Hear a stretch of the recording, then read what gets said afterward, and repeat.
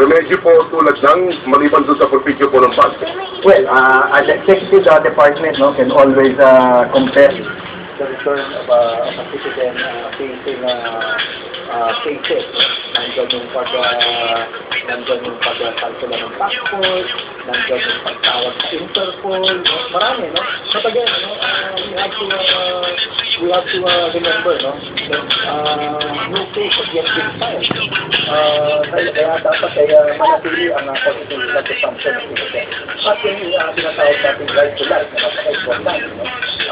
Pinakita sa atin, sinabi naman na talagang may sakit. Bilang may sakit, siya ay hindi magpamili ng mga doktor na titingin sa kanya at hospital na tatanong sa kanya.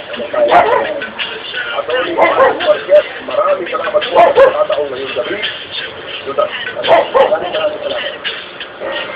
Walong magistrado ng bawang mga appointees ni dating Pangulong Arroyo ang bumoto pabor sa CRO. Pero bago kaya daw makalabas ng bansa, naglakad ng tatlong kondisyon ng Korte Suprema na dapat sundin ng mag-asawang Arroyo. Nagpapatol, inarebor ni